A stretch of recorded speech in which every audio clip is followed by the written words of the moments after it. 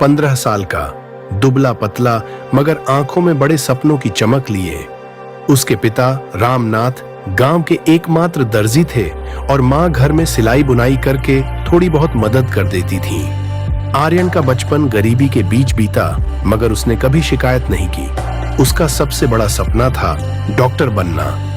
वो सपना भी ऐसे नहीं आया था। उसकी जड़ें बचपन की एक घटना में थी। 4 साल पहले उसकी छोटी बहन सिया को तेज बुखार हो गया था।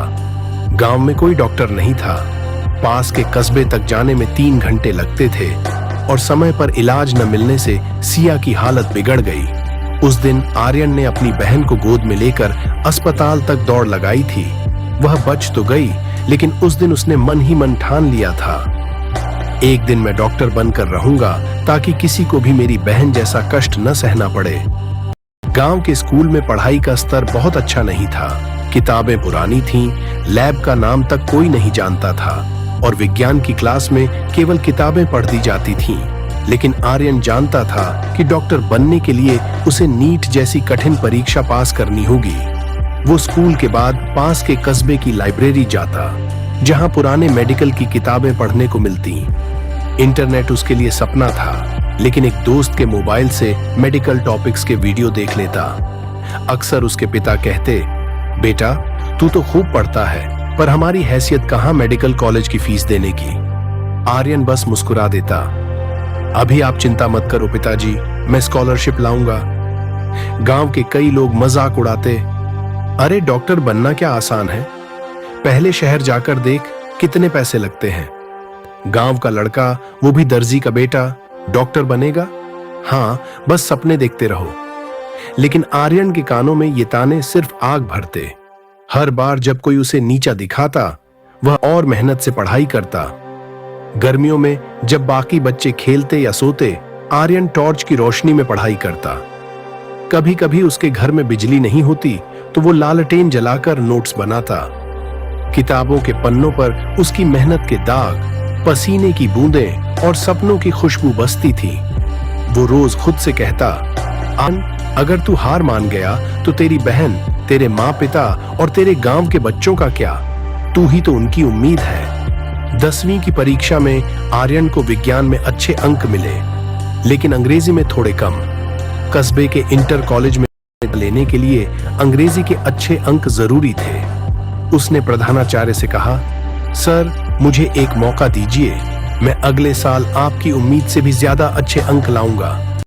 प्रधानाचार्य उसकी आंखों में चमक देखकर मान गए और फिर आर्यन ने 11वीं 12वीं में विज्ञान पर पूरा ध्यान लगाया। 12वीं के बाद वो नीट की तैयारी के लिए शहर गया।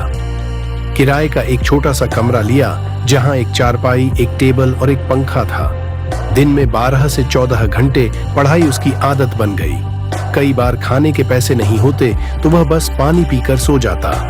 लेकिन वो जानता था कि भूख असली दुश्मन नहीं है, हार मान लेना असली दुश्मन है। नीट की परीक्षा से ठीक 1 महीने पहले उसके पिता को गंभीर बुखार हो गया। अस्पताल में इलाज के लिए पैसे नहीं थे। आर्यन ने अपना पढ़ाई का समय काटकर पार्ट टाइम ट्यूशन देना शुरू किया ताकि इलाज का खर्च निकल सके। उसके दोस्त ने कहा, यार ऐसे में तू तैयारी कैसे करेगा? आर्यन बस बोला, पढ़ाई भी करूंगा और पिताजी का इलाज भी। डॉक्टर बनने का सपना सिर्फ मेरा नहीं है, ये मेरे पूरे परिवार का सपना है। नीट का दिन आया। परीक्षा केंद्र तक जाने के लिए उसने बस में सफर किया। हाथ में एडमिट कार्ड था और दिमाग में बस एक ही आवाज, तू कर सकता है आर्यन। परीक्षा कठिन थी, लेकिन उसकी मेहनत ने उसे हर सवाल के सामने आत्मविश्वास दिया। 1 महीने बाद रिजल्ट आया। गांव में इंटरनेट न होने की वजह से वो साइबर कैफे गया। रोल नंबर डालते ही चमक उठा। आर्यन ने ऑल इंडिया में टॉप 500 में जगह बनाई थी। उसकी आंखों में आंसू आ गए। उसने फोन पर पिताजी को बताया, पिताजी आपका बेटा डॉक्टर बनने जा रहा है। दूसरी तरफ से सिर्फ सिसकियों की आवाज आई, खुशी के आंसू की। स्कॉलरशिप के सहारे आर्यन ने मेडिकल कॉलेज में दाखिला लिया। पहले दिन उसने कैंपस में कदम रखते हुए मन ही मन कहा, एक दिन मैं अपने गांव में एक अस्पताल खोलूंगा ताकि कोई बच्चा मेरी बहन की तरह पीड़ा में न रहे। सालों बाद आर्यन अपने गांव लौटा।